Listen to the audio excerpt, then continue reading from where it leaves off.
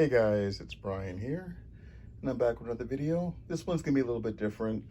Instead of showing you guys like Blu-rays or DVDs or whatever, I decided to show you guys some of the VHS tapes that I have in my collection. I was going through a box downstairs and I found some movies, and I figured I'd bring them up here and share them all with you. All right, so first up we have Frankenhooker, and this is the talking box edition. And up until about 10 years ago, it actually worked. You press the button and it say want a date. But unfortunately, it no longer works. I took the cassette out of the case to show you that.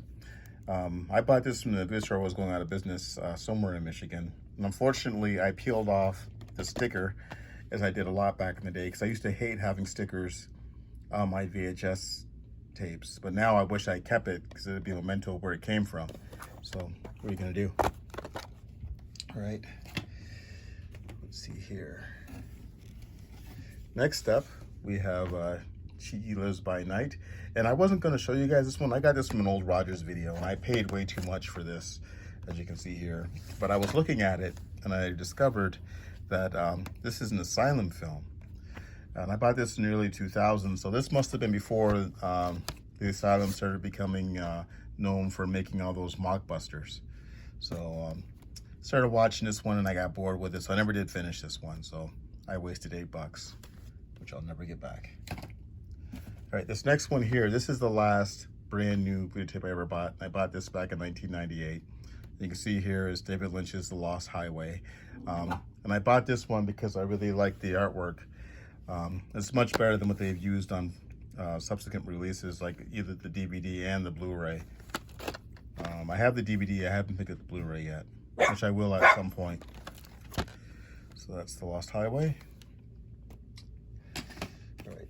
Next up, we have The Evil Within, and this is like the English retitling for Baby Blood. This is a French film, and in this film, this young woman, she gets impregnated by a demonic fetus, and then she's forced to drink blood to feed the baby. I haven't watched this one since the 90s, so I probably should pop in that Blu-ray at some point and check this one out.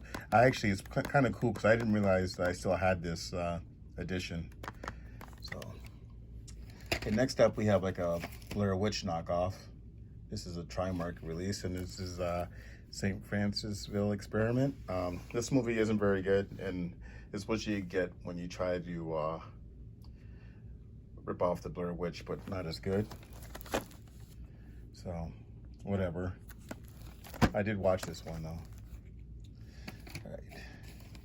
Next up, we have The Killing Jar, and I bought this back in the 90s at a Blockbuster video. And I picked this up mainly because I like the artwork. The movie itself isn't very good, but I like how the images kind of wrap around so you see from behind on this one, and it always kind of appealed to me, but unfortunately the movie's kind of blah. All right. Next up, we have Jade. And the main reason why I'm showing this release to you is because this is the director's cut, or unrated extended edition, which they weren't really doing a lot back in the 90s, but this release did come out.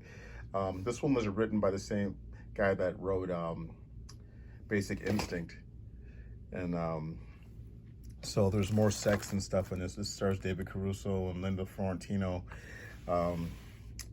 So whatever, I remember enjoying this one. The director's cut's kind of weird because the ending is like extended a little bit, and it feels like the film should go on a little bit longer, but it doesn't.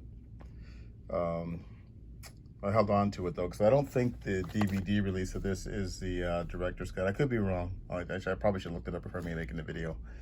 All right. Now this next release here was something that I was debating whether I was going to show or not. But I got some stuff. I'll show it. At least one of the cassettes.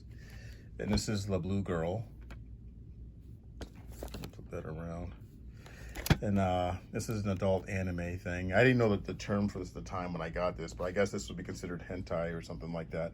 It was originally a 6 cassette set, and I have 4 out of the 6, and on the side they form an image. So I'll show you the image. I can't show the other title, oh, it's not even right. I gotta flip it back the right way. So there we go. So there's the image there that it puts together.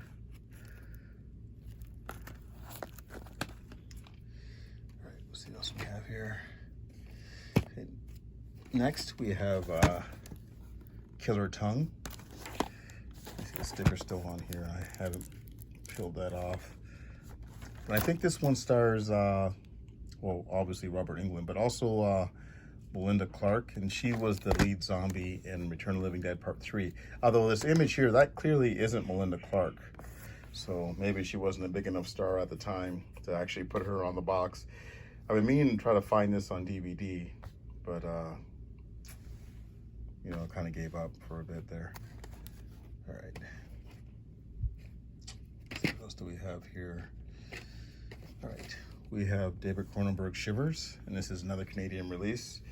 Now this film, for the most part, even though it is full screen, this is basically the same release as the Image DVD that came out in the early 2000s. And I remember seeing it at a Cinema One, but I didn't pick it up because I was content with this edition. You see, it's the collector's edition.